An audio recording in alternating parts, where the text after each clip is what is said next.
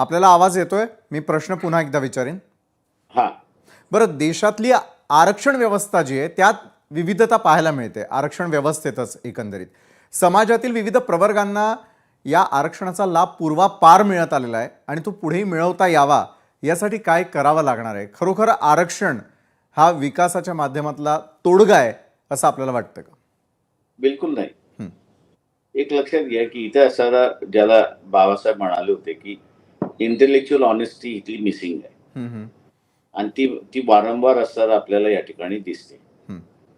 एक असं आहे की मी मगाशीच आपल्याला म्हणालो की आरक्षण हे काही विकासाचं मॉडेल नाहीये, हां. हे रिप्रेझेंटेशनचं मॉडेल आहे. हं, तुम्हाला सर्व विकासाचं मॉडेल उभं करावं लागेल. हं, आता विकासाचं मॉडेल उभं करायचं असेल तर मी शिक्षणाचं एक सेक्टर घेतो. हं. आता या शिक्षणाच्या सेक्टरमध्ये आपल्या इथे इंटेलिजन्स टेस्ट केल्या जात नाही. बरं. आपल्या इथलं मगिंग कॅपॅसिटी ही ही टेस्ट केल्या जाते. हं, म्हणजे तुम्ही किती मग करू शकता.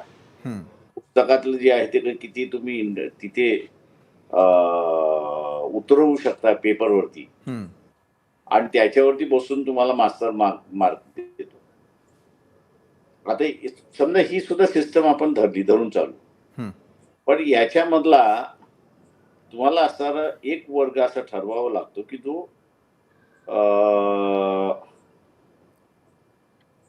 देशाचा इंटेलिजंट क्लास आहे. हं, हं. मग मी असं आता इथे रँकिंग सिस्टम आहे, पर्सेंटेज सिस्टम आहे. तेव्हा तुम्हाला पर्सेंटेजमध्ये ठरवावं लागेल की इथला असणारा इंटेलिजंट क्लास कुठला. हं, आता धरून चालू आपण किंवा ज्याला 80% मार्क मिळाले तो इंटेलिजंट आहे. हं. मग माझं म्हणणं असं आहे की हा एकदा एकदा क्रायटेरिया ठरला की 80 अँड अबव्ह हा इंटेलिजंट आहे, हं. मग त्याला असणारा चॉईस ऑफ एज्युकेशन हे त्याला मिळालं पाहिजे. आज त्याला चॉईस ऑफ एज्युकेशन आहे का? तर माझं म्हणणं नाही. याचं कारण की त्याला पर्सेंटेजवरनं मग तुला ह्याला जायचं असतं, मला ते मला मिळत नाही, मग हां. मला चॉईस म्हणतो हे तुम्ही घ्या. त्याच्यामुळे आपण इथला असणारा टॅलेंट वेस्ट करतोय असं माझं म्हणणं आहे त्या ठिकाणी. बरोबर. तेव्हा हं, त्याला पाहिजे ते शिक्षण दिलं तर तो ते प्रोड्यूस करून देशाला त्याच्या नॉलेजचा बेनिफिट होऊ शकतो. हं, हं, हं, पण तो आपल्या तिथे ती सिस्टम आपल्याकडे नाहीच. हं, आपल्याकडे असणारं जे आहे ते सगळं लिमिटेड. हं, हं, हं. आता मेडिकलला जाणारा समजा 1,00,000 विद्यार्थी आहे असं धरून चालू हां. पूर्ण देशभर, तर शासनाची जबाबदारी आहे की तिथे 1,05,000 मेडिकलला घेणारा इंटेक तुमच्याकडे पाहिजे. हां.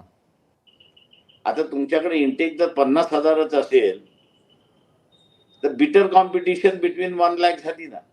हं.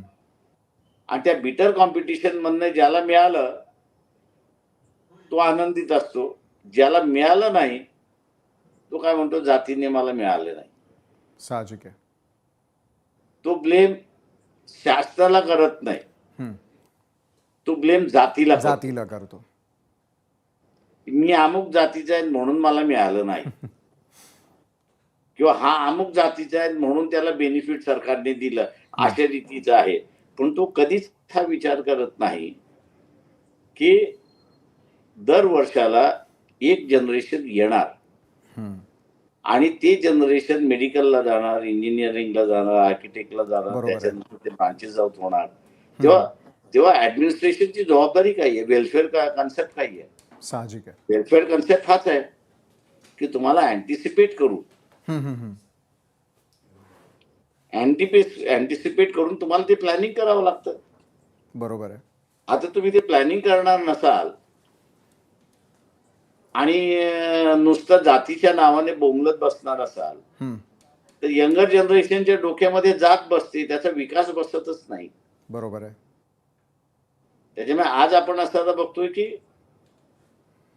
जात हॅज ओव्हरटेकन नेशन, हं. Religion has overtaken nation. Nation priority नाहीये, जात प्रायोरिटी आहे आणि धर्म प्रायोरिटी आहे. निश्चितच खरं तर मराठा आरक्षण असेल, ओबीसी आरक्षण असेल, त्यातून निर्माण होणारा लढा आपल्याला सगळ्यांना पाहायला मिळतोय. मात्र हाच क्लिष्ट प्रश्न